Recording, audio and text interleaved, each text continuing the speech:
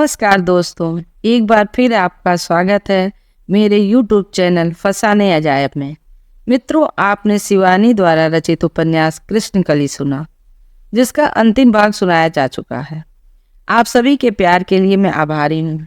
दोस्तों, कृपया अपनी प्रतिक्रिया देकर मुझे अनुग्रहित करें।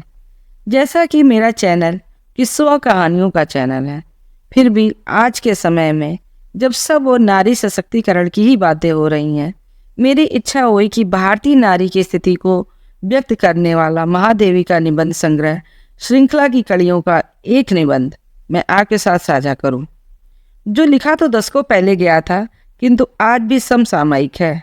भारतीय नारी की स्थिति को स्पष्ट करते हुए महादेवी जी कहती हैं कि जन्म से अभिशप्त, जीवन से संतप्त, किंतु अक्षय वात्सल्य वरदानमयी भारतीय नारी।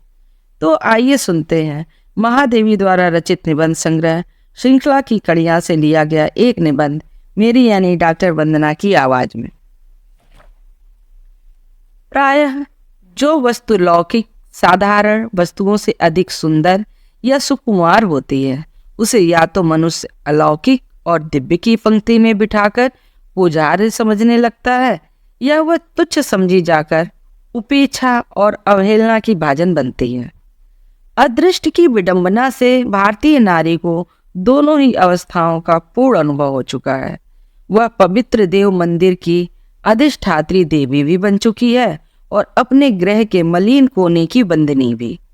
कभी जिन गुणों के कारण उसे समाज में अजस्र सम्मान और अतुल श्रद्धा मिली, जब प्राकांतर में वे त्रुटियों में गिने जाने लगे, तब उसे उतनी ही मात्रा में अश्रद्धा और अनादर भी अपना जन्म सिद्ध अधिकार मानकर स्वीकार करना पड़ा।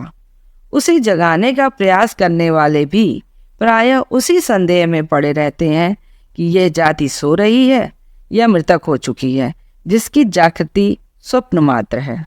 वास्तव में उस समय तक इसका निश्चय करना भी कठिन है, जब तक कि हम उसकी युगांतर दीर्घ जड़ता के कारणों पर एक विहंगम दृष्टि न डालें। संसार के मानव समुदाय में वही व्यक्ति स्थान और सम्मान पा सकता है, वही जीवित कहा जा सकता है, जिसके हृदय और मस्तिष्क ने समुचित विकास हो और अपने व्यक्तित्व द्वारा मनुष्य समाज से रागात्मक के अतिरिक्त बौद्धिक संबंध भी स्थापित कर सकने में समर्थ हो। एक स्वतंत्र व्यक्तित्व के विकास की सबको आवश्यकता है, कारण इसके बिना मनुष्य अपनी इच्छा शक्ति और संकल्प को अपना कह सकता है और ना अपने किसी कार्य को न्याय अन्याय की तुला पर तोल ही सकता है। नारी का मानसिक विकास पुरुषों के मानसिक विकास से भिन्न, परंतु अधिक द्रुत, स्वभाव अधिक कोमल और प्रेम घृणादि भाव अधिक तीव्र तथा स्थायी होते हैं। इन्हीं विशेषताओं के अनुसार उसका व्यक्तित्व विकास पाकर समाज के उन अभावों की पूर्ति करता रहता है, जिनकी पूर्ति पुरुष स्वभाव द्वारा संभव नहीं है। इन दोनों प्रकृतियों में उतना ही अंतर है जितना विद्युत और झड़ी में। एक से शक्ति उत्पन्न की जा सकती है, बड़े बड़े कार्य किए जा सकते हैं, परंतु प्यास नहीं बुझाई जा सकती। दूसरी से शांति मिलती है, परंतु पशुबल की उत्पत्ति संभव नहीं। दोनों के व्यक्तित्व अपनी पूर्णता में समाज के एक ऐसे रिक्त स्थान को भर देते हैं, जिससे विभिन्न सामाजिक संबंधों में सामंजस्य उत्पन्न होकर उन्हें पूर्ण कर देता है। प्राचीनतम काल में मनुष्य को सामाजिक प्राणी बनाने में पत्नी पुत्रादि के लिए ग्रह और उसकी पवित्रता की रक्षा के लिए नियमों का आविष्कार करना में स्त्री का कितना हाथ था, ये कहना कठिन है, परंतु उसके व्यक्तित्व के प्रति समाज का इतना आदर और स्नेह प्रकट करना सिद्ध करता है कि मानव समाज की अनिवार्य आवश्यकताओं की पूर्ति उसी से संभव थी। प्राचीन आर्य नारी के सहधर्मचारिणी तथा सहभागिनी के रूप में कही भी गई है। पुरुष का अंधा अनुकरण या अपने आप को छाया बना लेने का अभाव नहीं मिलता। याज्ञवल्क्य अपनी विदुषी सहधर्मिणी मैत्रेयी को सब कुछ देकर वन जाने को प्रस्तुत होते हैं, परंतु पत्नी वैभव का उपहास करती हुई पूछती है, यदि ऐश्वर्य से भरी सारी पृथ्वी मुझे मिल जाए तो क्या मैं अमर हो सकूंगी? चकित विस्मित पति कह देता है, धन से तुम सुखी हो सकोगी, अमर नहीं। पत्नी की विद्रूपमय हसीन से उत्तर मिलता है, जिससे मैं अमर न हो सकूंगी उसे लेकर क्या करूंगी। आज भी तमसो माँ ज्योतिर्गमय मृत्यु माँ अमृतम गमय आदि उसके प्रवचनों से ज्ञात होता है कि ग्रह की वस्तु मात्र समझी जाने वाली स्त्री ने कभी जीवन को कितनी गंभीरतामयी दार्शनिक दृष्टि से देखने का प्रयत्न किया था। त्यागी बुद्ध की करुण कहानी की आधार सती गोपा भी केवल उनकी छाया नहीं जान पड़ती, वरन उसका व्यक्तित्व बुद्ध से भिन्न उज्जवल है। निराशा में, ग्लानि में और उपेक्षा में वह आत्महत्या करती है, न बन पति का अनुसरण। अपूर्व साहस द्वारा अपना कर्तव्य पथ खोजकर स्नेह से पुत्र को परिवर्धित करती है और अंत में सिद्धार्थ के प्रबुद्ध होकर लौटने पर धूल के समान उनके चरणों से लिपटने न दौड़कर कर्तव्य की गरिमा से गुरु बनकर अपने ही मंदिर में उनकी प्रतीक्षा करती है। महापुरुषों की छाया में रहने वाले कितने सुंदर व्यक्तित्व कांतिहीन होकर अस्तित्व खो चुके हैं, परंतु उपेक्षिता यशोधरा आज भी स्वयं जीकर बुद्ध के विरागमय शुष्क जीवन को सरस बनाती रहती है। छाया के समान राम का अनुसरण करने वाली मूर्तिमती करुणा सीता की वास्तव में छाया नहीं है।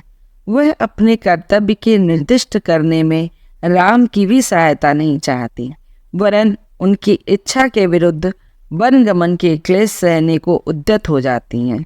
अंत में अकारण ही पति द्वारा निर्वासित की जाने पर असीम धैर्य से वनवासिनी का जीवन स्वीकार कर गर्वपूर्ण संदेश भेजती हैं, मेरी ओर से उस राजा से कहना कि मैं तो पहले ही अग्नि परीक्षा देकर अपनी सात्विकता को प्रमाणित कर चुकी हूँ।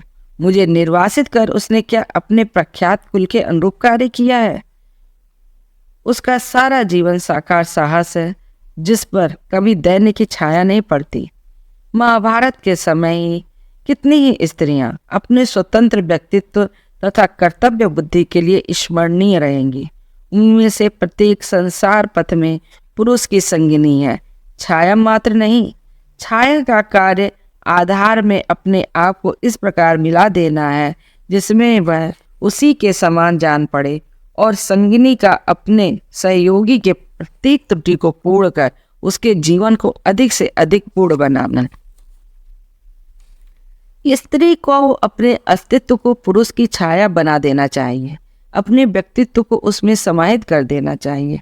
इस विचार का पहले कब आरंभ हुआ, यह निश्चय पूर्व कहना कठिन है, परंतु इसमें संदेह नहीं कि यह किसी आपत्ति मूलक विष वृक्ष का ही विस्मय फल रहा होगा। जिस अशांत वातावरण में पुरुष अपनी इच्छा और विश्वास के अनुसार स्त्री को चलाना चाहता था, उसमें इस भ्रामात्मक धारणा को कि स्त्री स्वतंत्र व्यक्तित्व से रहित पति की छाया मात्र है, सिद्धांत का रूप दे दिया गया। इस भावना ने इतने दिनों में कितना अपकार कर डाला है, यह इस जाति की युगांतर तक भंग न होने वाली निद्रा और निश्चेष्टता देखकर ही जाना जा सकता है। उसके पास न अपनापन है, न अपनापन चाहती ही है। इस समय हमारे समाज में केवल दो प्रकार की स्त्रियां मिलेंगी। एक वे जिन्हें इसका ज्ञान ही नहीं कि वे भी एक विस्तृत मानव समुदाय की सदस्य हैं और उनका भी एक ऐसा स्वतंत्र व्यक्तित्व है जिसके विकास से समाज का उत्कर्ष और संकीर्णता से अपकर्ष संभव है। दूसरी वे जो पुरुषों की समता करने के लिए उन्हीं के दृष्टिकोण से संसार को देखने में, उन्हीं के गुण अवगुणों का अनुकरण करने में जीवन के चरम लक्ष्य की प्राप्ति समझती हैं।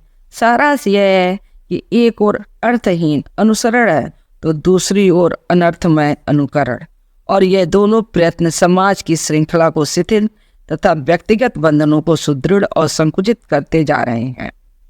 अनुसरण मनुष्य की प्रकृति है। बालक प्रायः आरंभ में सब कुछ अनुसरण से ही सीखता है, तत्पश्चात अपने अनुभव के साँचे में ढालकर उसे अधिक से अधिक पूर्ण करने का प्रयास करता है। परंतु अनुभव के आधार से ही अनुसरण सिखाए हुए पशु के अंधानुसरण के समान है, जो जीवन के गौरव को समूल नष्ट कर और मनुष्य को दयनीय बनाकर पशु की श्रेणी में बैठने के लिए बाध्य कर देता है।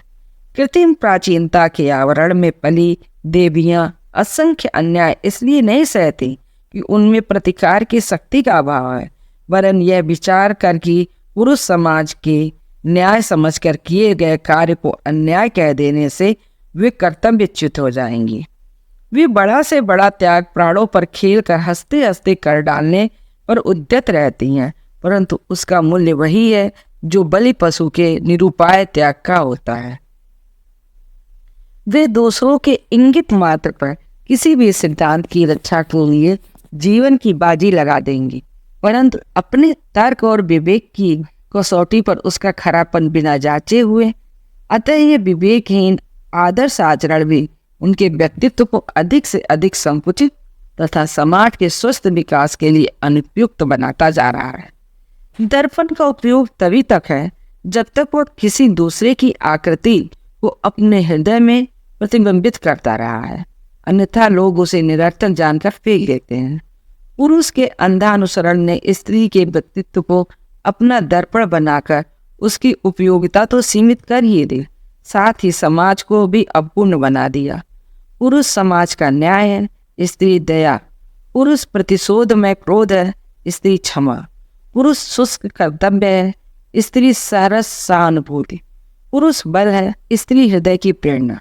जिस प्रकार युक्ति से काटे हुए काष्ठ के छोटे बड़े विभिन्न प्रकार वाले खंडों को जोड़कर हम अखंड चतुष्कोण या वृत्त बना सकते हैं, परंतु उनकी विभिन्नता नष्ट करके तथा उन सबको समान आकृति देकर हम उन्हें किसी पूर्ण वस्तु का आकार नहीं दे सकते, उसी प्रकार स्त्री पुरुष के प्राकृतिक मानसिक वैपरीत्य द्वारा ही हमारा समाज सामंजस्यपूर्ण और अखंड हो सकता है। उनके बिंब प्रतिबिंब भाव से नहीं, उससे समाज का दृष्टिकोण एकांकी हो जाएगा तथा जीवन की अनेक रूपता का वास्तविक मूल्य आंकना असंभव। असंख्य विषम समताओं का कारण स्त्री का अपने स्वतंत्र व्यक्तित्व को भूलकर विवेक शक्ति को खो देना है। उसके बिना जाने ही उसका कर्तव्य पथ निश्चित हो चुका है, जिस पर चलकर न उसे सफलता जनित गर्व का अनुभव होता है, न असफलता जनित ग्लानि का।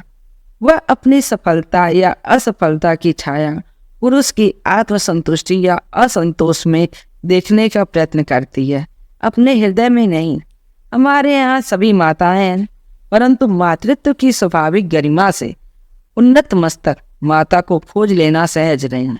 असंख्य पत्नियां हैं, परंतु जीवन की प्रत्येक दिशा में साथ देने वाली अपने जीवन संगी के हृदय के रहस्य में कोने कोने से परिचित सौभाग्य गर्विता सधर्मचारिणियों की संख्या उंगलियों पर गिनने योग्य है। अनुकरण को चरम लक्ष्य मानने वाली महिलाओं ने अपने व्यक्तित्व के विकास के लिए सतपथ नहीं खोज पाया, परंतु उस स्थिति में उसे खोज पाना संभव भी नहीं था। उन्हें अपने मुख छाए हुए निर्जीव जीवन से ऐसी मर्म व्यथा हुई कि उसके प्रतिकार के लिए उपयुक्त साधनों के आविष्कार का अवकाश ही न मिल सका। अतः उन्होंने अपने आप को पुरुषों के समान ही कठिन बना लेने की कठोर साधना आरंभ की। कहना नहीं होगा कि इसमें सफलता का अर्थ स्त्री के मधुर व्यक्तित्व को जलाकर उसकी भस्म से पुरुष की रुच्छ मूर्ति गढ़ लेना है। फलतः आज की विद्रोहशील नारी व्यवहारिक जीवन में अधिक कठोर है, गृह में अधिक निर्मम और शुष्क, आर्थिक दृष्टि से अधिक स्वाधीन, सामाजिक क्षेत्र में अधिक स्वच्छंद, परंतु अपनी निर्धारित रेखाओं की संकीर्ण सीमा की बंदिनी। उसकी यह धारणा की कोमलता तथा भावुकता ऐसी लौ श्रृंखलाएं हैं जो देखने तथा सुनने में ही कोमल जान पड़ती हैं, पहनने में नहीं। उनके प्रति पुरुष समाज के विवेक और हृदयहीन व्यवहार की प्रतिक्रिया मात्र है। संसार में निरंतर संघर्ष में जीवन वैसे ही कुछ कम नीरस तथा कटु नहीं है, फिर भी यदि उससे सारी सुकुमार भावनाओं का माधुर्य का बहिष्कार कर दिया जाए तो असीम साहसी ही उसे वहन करने में समर्थ हो सकेगा। इतर जनों के जीवन को तो उस रुक्षता का भार चूर चूर किए बिना न रहेगा। स्त्री की कोमलतामयी सदाशयता और सहानुभूति समाज के संतप्त जीवन के लिए शीतल अनुलेप का कार्य करती है, इसमें संदेह नहीं। अर्वाचीन समाज में या तो स्त्रियों में स्त्रियोचित स्वतंत्र विवेक में व्यक्तित्व का विकास ही नहीं हो सका है, या उनकी प्रत्येक भावना में, चरित्र में, कार्य में पुरुष की भावना, चरित्र और कार्य की प्रतिकृति झांकती रहती है। इसी से एक का निरादर और दूसरी इसमें अविराम संघर्ष। अपनी समस्त शक्तियों से पूर्ण महिमामयी महिला के सम्मुख किसी का मस्तक आदर से नत हुए बिना नहीं रह सकता। यह अनुभव की वस्तु है, तर्क की नहीं। उपेक्षा तथा अनादर वही संभव है जहाँ उपेक्षित और अनादरित व्यक्ति उपेक्षा और अनादर करने वाले के समकक्ष या उससे न्यून होता है। परंतु स्त्री के जिस गरिमामय व्यक्तित्व को शक्ति का नाम मिला है तथा जिसके लिए मनु ने यत नार्यस्तु पूज्यन्ते रमन्ते तत् देवता कहना पड़ा, वहाँ संसार की संकीर्णता से दूर टिमटिमाते हुए ध्रुव की तरह उपेक्षा और अनादर से बहुत ऊपर तक स्थायी रहेगा। उसकी शक्तियों की गुरुता जानने के लिए उन्हें पुरुष की शक्तियों के साथ एक तुला पर तोलने का प्रयत्न भी भ्रांति से रहित नहीं, कारण संसार की प्रत्येक वस्तु में निहित शक्ति की अभिव्यक्तियों और उसके रूपों की एकता किसी भी दशा में न संभव है न उसे होना चाहिए। तूल अपने हल्केपन में कार्य की जो शक्ति छिपाए है वही लोहे की कठिनता में समाहित है। जल के चल प्रवाह में जिस शक्ति का परिचय हमें मिलता है वही पर्वत में अचलता बनकर सफलता पाती है। यदि हम अप्राकृतिक साधनों द्वारा जल को अचल या तूल को कठिन बनाकर उनकी शक्तियों से कार्य लेना चाहें तो उनका रूप तो विकृत हो ही जाएगा, साथ ही शक्तियां भी परिमित हुए बिना न रहेंगे। आधुनिक भौतिकवाद प्रधान युग की नारी को यही दुख है कि वह पुरुष के प्रत्येक क्षेत्र में सफलता पाकर भी संसार की अनेक आश्चर्यों में एक बन गई है। उसके हृदय की एकांत श्रद्धा की पात्री बनने का सौभाग्य उसे प्राप्त न हो सका। संसार उसे देख विस्मय से अभिभूत होकर चकित सा ताकता रह जाता है, परंतु नतमस्तक नहीं होता। इसका कारण उस व्यक्तित्व का अभाव है जिसके सम्मुख मानव समाज को बालक के समान स्वयं ही झुक जाना पड़ता है। किसी किसी की धारणा है कि अपने सर्वतोन्मुखी विकास के उपरांत स्त्री का पर्वत के शिखर के समान उच्च परंतु उसी के समान एकाकी हो जाना निश्चित है, क्योंकि तब अपने जीवन की पूर्णता के लिए उसे किसी संगी की उपेक्षा ही नहीं रहेगी। परंतु वास्तव में यह धारणा प्रत्यक्ष सत्य का उल्लंघन कर जाती है। अपने पूर्ण से पूर्ण विकास में भी एक वस्तु दूसरी नहीं हो सकती यदि उसी की विशेषता है, अतः उससे जो भिन्न है उसका अभाव असंभावी है। अपने पूर्ण से पूर्ण गौरव से गौरवान्वित स्त्री भी इतनी पूर्ण न होगी कि पुरुषोचित स्वभाव को भी अपनी प्रकृति में समाहित कर ले। अतएव मानव समाज में साम्य रखने के लिए उसके अपनी प्रकृति से भिन्न स्वभाव वाले का सहयोग श्रेय रहेगा। इस दशा में प्रतिद्वंदिता संभव नहीं है। उसे अपने गुरुतम उत्तरदायित्व के अनुरूप मानसिक तथा शारीरिक विकास के लिए विस्तृत स्वाधीनता चाहिए, कारण संकीर्णता में उसके जीवन का वैसा सर्वतोन्मुखी विकास संभव ही नहीं जैसा कि किसी समाज की स्वस्थ व्यवस्था के लिए अनिवार्य है। मनुष्य अपने स्वभाव में कुछ संस्कार लेकर जन्म लेता है जिनके परिस्थितियों के वातावरण में विकसित होने से उसका चरित्र बनता है। इसके अनंतर उसके जीवन का वह अध्याय प्रारंभ होता है जिसमें उसके चरित्र जनित गुण दोष संसार पर प्रतिफलित होने लगते हैं और संसार के उसके जीवन पर। सबके अंत में वह प्राकृतिक नियमों के द्वारा अनेक मधुर कटु अनुभवों का संचय कर अपने जीवन के पर्यवेक्षण को तथा अपने अनुभवों को दूसरे के मार्ग का दीपक बनाने का अवकाश पा लेता है। जिस परिस्थिति रूपी साँचे में उसके चरित्र को ढालना पड़ता है वह यदि विपरीत अनुपयुक्त या विकृत हो तो चरित्र पर भी उसकी अमिट छाप रह जाएगी। ये कहने की आवश्यकता नहीं कि विकृत चरित्र और अनुपयुक्त मानसिक विकास वाला व्यक्ति अपने निर्दिष्ट स्थान में न स्वयं सामंजस्य का अनुभव करेगा न किसी को करने देगा और अंत में अनेक कटु अनुभवों से विषाक्त चित्त लेकर वह अन्य व्यक्तियों के मार्ग में भी सूल बिछाता चलेगा। फलतः जीवन की सबसे बड़ी पहली आवश्यकता सामाजिक प्राणियों के स्वतंत्र विकास अनुकूल वातावरण की सृष्टि कर देना है। जिस प्रकार यह सत्य है कि व्यक्ति द्वारा समाज निर्मित और परिवर्तित होता रहता है, उसी प्रकार यह भी सत्य है कि मनुष्य समाज को लेकर नहीं वरन समाज में जन्म लेता है। अतः उसका विकास ऐसा होना उचित है जिससे साधारण सामाजिक सिद्धांतों की रक्षा हो सके। और समयानुकूल परिवर्तन भी। पुरुष के समान स्त्री भी कुटुंब, समाज, नगर तथा राष्ट्र की विशिष्ट सदस्य है तथा उसकी प्रत्येक क्रिया का प्रतिफल सबके विकास में बाधा भी डाल सकती है और उनके मार्ग को प्रशस्त भी कर सकती है। प्रायः पुरुष का जीवन अधिक स्वच्छंद वातावरण में विशिष्ट व्यक्तियों के संसर्ग द्वारा बनता है और स्त्री का संकीर्ण सीमा में परंपरागत रूढ़ियों से, जिससे न उसे अपने कुटुंब से बाहर किसी वस्तु का अनुभव होता है न अपने उत्तरदायित्व का ज्ञान। कहीं यह विषमता और कहीं इसकी प्रतिक्रिया जीवन को एक निरर्थक रणक्षेत्र बनाकर उसकी सारी उर्वरता को ही नष्ट और सरसता को शुष्क किए दे रही है। स्त्री के व्यक्तित्व में कोमलता और सहानुभूति के साथ साहस तथा विवेक का एक ऐसा सामंजस्य होना आवश्यक है जिससे हृदय के सहज स्नेह की अजस्र वर्षा करते हुए भी वह किसी अन्याय को प्रश्रय न देकर उसके प्रतिकार में तत्पर रह सके।